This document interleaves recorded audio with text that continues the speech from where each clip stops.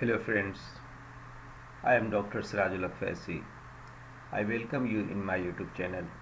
Today in this video I am going to talk about drawbacks of valence bond theory. Friends, first drawback of valence bond theory is it doesn't explain the color of coordination compounds. Remember, color of coordination compound. The second, magnetic behavior based on geometry. And third, why some called inner and outer complex same metal ion in the same oxidation state. So friends, fail to predict exact geometry of the complex with the coordination number 4. You can see the tetrahedral and square planar. In case of copper, so and it doesn't distinguish weak field and a strong field of ligands, and this is very important, and it cannot predict exactly the tetrahedral and square planar structure of 4 coordinates. Now, stability of coordination compound. Thermodynamics equilibrium constant. Stability depends on the interaction between the metal and ligands. If interaction is strong, thermodynamically stable is strong. Reactions between metal ion and ligand is based Lewis acid and base. The greater the value of stability constant, more stable is the complex. Now, stability of coordination compounds NNL, it gave MLN, the applied law of mass actions, product by reactant. So K formations of equilibrium constant, K directly proportional to stability of constant complex, greater is the stability, greater is the equilibrium constant, and K prime 1 by K, K prime instability constant or dissociation constant in the reverse way. Now friends, stability of coordination compound system and stability. You can see cadmium 1.3 10 to the power 6 and silver 1.6. So copper with the ammonia 4.5 and silver with the cyanide 5.5 and copper to 4 cyanide is 2.2. So Cn is more stable. You can see here cyanide in case of is more stable than amine complex. It concludes that cyano is a stronger ligand than amine, and stability depends upon charge density of the central metal ion, ionic radii, and nature of ligands. So you can see the nature is cyanide, and the charge density of the central metal atom is also important. Now, crystal field theory. Crystal field theory was proposed by Hans Bethe and van Vleck. Crystal field theory assumes that the interaction between the metal ion and the ligand is purely electrostatic. Actually, it is electrostatic. Silent feature of CFT. Central metal atom or ion is surrounded by various ligands which are either negative charge or neutral molecules. Electrostatic interaction between Ml and central metal atom have 5 degenerate orbital dx y dy z dx z dx square minus y square and dz square. Now friends, here this is the shape. When the ligands approach the metal ion due to repulsion of forces, when the ligands approach the metal ion due to repulsion forces, the degeneracy of the orbital is destroyed. Degeneracy of orbital is destroyed, and they split into two groups of different energy level T2G and EG orbital, and this effect is called crystal field splitting, del naught or 10 dq. Due to repulsion, their orbital also excess of ligands require higher energy, while those lying in between the ligands requires less energy. It doesn't show the overlapping from it doesn't show the overlapping from the crystal field stability energy. The stability of complex can be known.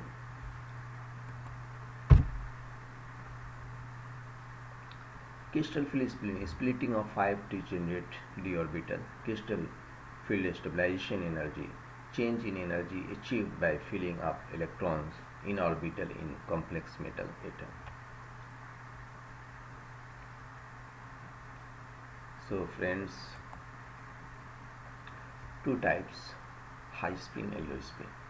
High spin complex means spin free, greater number of unpaired electrons, and hence higher value of resultant spin and magnetic moment is called.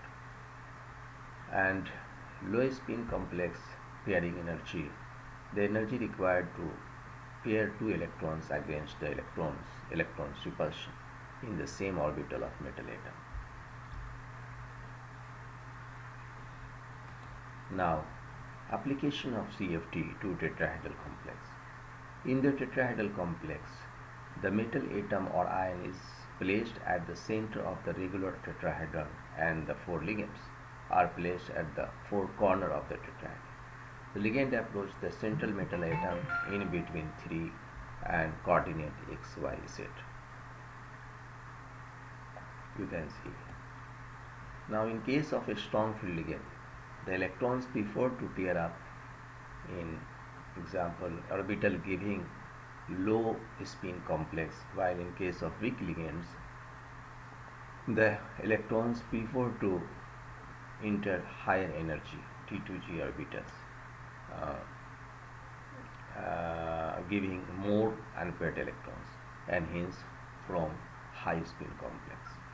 So you can see 2 by 5 and 3 by 5 in case of greater repulsion high energy and lower repulsions low energy. This is the barycenter. This is d orbital free ion, average energy of d orbitals in spherical crystals. Now friends, application of crystal field theory to octahedral complex. MX6 in the metal atom or ion is placed at the center of a regular octahedron, while 6 ligands occupy the position at 6 vertices octahedron. 2 orbital dx square minus y square dz square are axial greater repulsion and dxy, dyz and dxz less repulsions. Now friends, 5d orbital lose degeneracy and split into 2 point groups. The group T2G lower energy while EG group have higher energy. You can see in octahedral 3 by 5, 2 by 5, and in tetrahedral 2 by 5 and 3 by 5. And see the energy, tetrahedral less energy and octahedral more energy, and that is the beauty. You can just remember. Now application of crystal field theory to octahedral complex.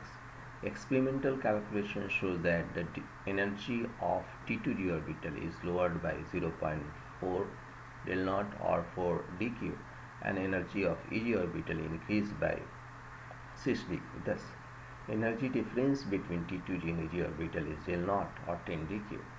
So, which is crystal field splitting energy?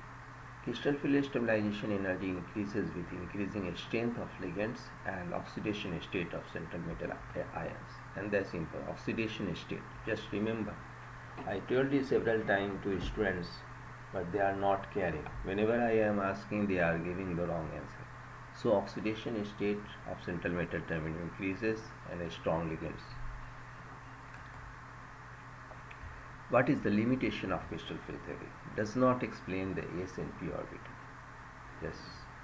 Does not explain the pi bonding. Pi bonding. Cannot explain partially covalent nature of the metal ligand bond. And spectrochemical series water is a stronger ligand than which is not explained satisfactorily. So, does not explain the S and P orbital, does not explain the pi bonding, cannot explain the partially covalent nature of the metal ligand bond, and spectrochemical sees water is a stronger ligand than OH, which is not explained satisfactorily.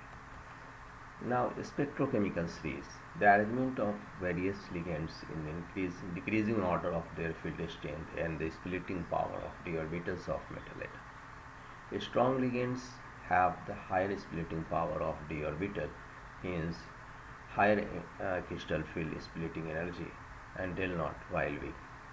The field strength of the ligand does not depend upon the geometry of the complex. This is not depends on the geometry of the complex or nature of the central metal atom. It is not depends, just remember. Geometry and strength of ligand does not depends upon the geometry of the ligand complex or nature of the atoms, of course. Now this is a spectrochemical series.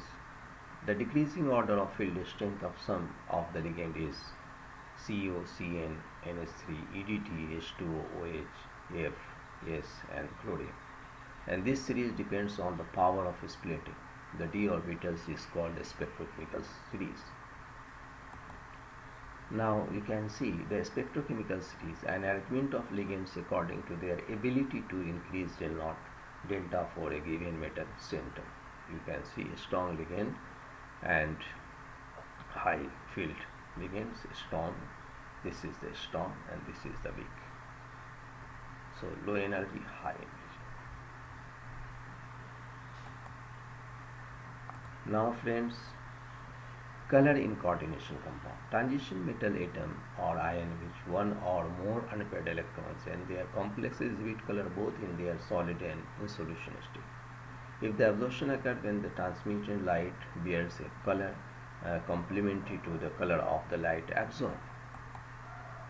So coordination entity, wavelength of light absorbed, color of light absorbed, and color of coordination entity. You can see this COCl ammonia 535 nanometer and yellow color of light absorbed and violet. You can see this 500 red and 475 yellow orange, 310 violet and pale yellow, 600 red and blue, 498 blue green and purple. Now friends, applications of coordination compound. Extraction of metal, in analytical chemistry, biological importance, in medicine, in electroplating, in estimation of hardness of water, in modifying the redox behavior of metal. Extraction of metal, technique used for noble metal like silver and gold. Noble metal like silver and gold are extracted from their ore by formation of cyanide complex, dicyanoargentite and dicyanoorate. You can see here. So analytical chemistry, qualitative and quantitative analysis. In the qualitative method of analysis, complex formation is of immense importance in the identification and separation of most inorganic ions. Since copper is more stable than CD, therefore on passing H2S only CdS is precipitated. Thus Cd2 plus ion easily detected in the presence of copper 2 plus ion. So you can see this is important, very important. Now biological importance. Significant role in plant chlorophyll, magnesium and animal vitamin B12. Hemoglobin, red pigment of blood that act as the oxygen carrier in a coordination compound of iron. Now in medicine, treatment of cancer, cisplatin, platinum cis and EDTA used to treat lead poisoning. So you can see the lead EDTA. Now friends, last, hardness of water. The hardness of water is estimated by titration with the sodium salt of EDTA. During titration, the calcium and magnesium ions in hard water form the stable complex. Calcium EDTA and magnesium EDTA stability is different. So friends, hope this video will be helpful to you. If you like this video, then subscribe my channel and thanks for watching.